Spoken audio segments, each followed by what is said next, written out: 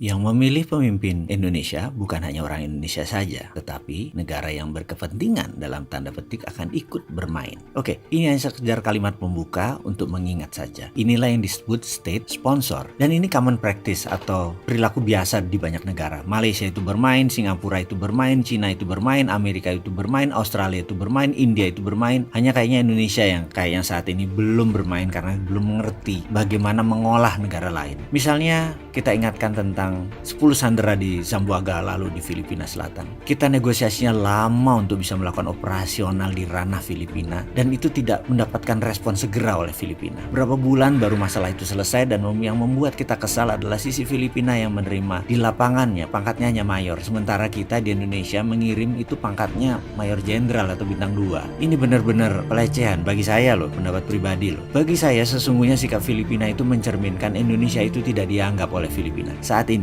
kalimat ini mungkin banyak membuat geram orang. Kok bisa Indonesia tidak dianggap oleh Filipina? Tetapi banyak sih yang pejabat mungkin karena tidak mengerti, jadi menganggap biasa-biasa aja hubungan dengan Filipina. Tapi tidak bagi orang memahami bagaimana tata negara yang benar. Jadi saya berani mengatakan bahwa Indonesia itu tidak dianggap oleh Filipina. Kita mundur sebentar ke zaman Pak Harto waktu berkuasa dulu. Bandingkan dengan peristiwa pembajakan Woyla yang mendarat di Don Muang, Thailand. Indonesia diperlakukan beda oleh Thailand waktu itu dibandingkan dengan Filipina sekarang. Dengan reaksi cepat Pak Yoga, Pak Beni, dan Pak Harto dalam waktu 2 jam sudah mendapat clearance izin dari Menteri Pertahanan Thailand dan Indonesia bisa mendaratkan pasukan di sana dengan full battle suit dengan menggunakan baju dan perlengkapan perang yang lengkap. Pronto, segera. Sebentar, sebut intermezzo ya. Saya mau memberikan pelajaran pengingat bahwa ada istilah militer kalau berkenan ya. Begini, sebuah negara tidak akan mengizinkan tentara negara lain masuk ke wilayah negaranya dengan full battle suit. Tidak boleh masuk sebuah negara dengan menggunakan baju perang karena itu bisa diartikan adalah okupansi atau penaklukan. Jadi, kalau masuk tidak boleh pakai baju perang atau bawa peralatan perang, harus pakai baju harian biasa atau sipil. Dalam kasus tentara Indonesia di Filipina, kita itu harus copot ornamen perang kita dan kita jadi swasta di sana.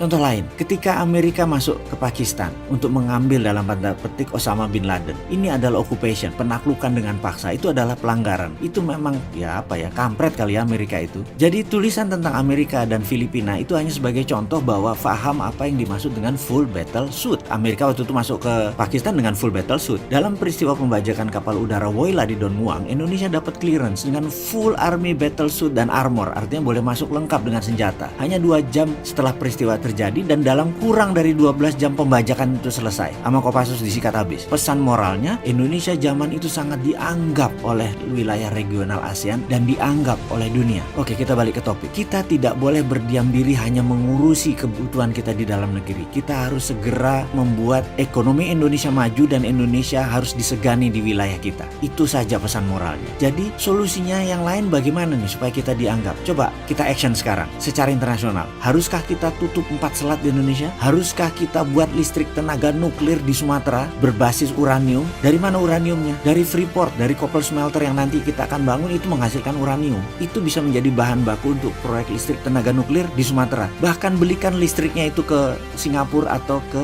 Malaysia. Mereka butuh listrik. Atau ada cara lain yang lebih positif seperti Gajah Mada waktu menaklukkan Nusantara dulu. Pertanyaannya sekarang, ada nggak sih yang berpikir tentang bagaimana supaya membuat Indonesia dianggap oleh dunia?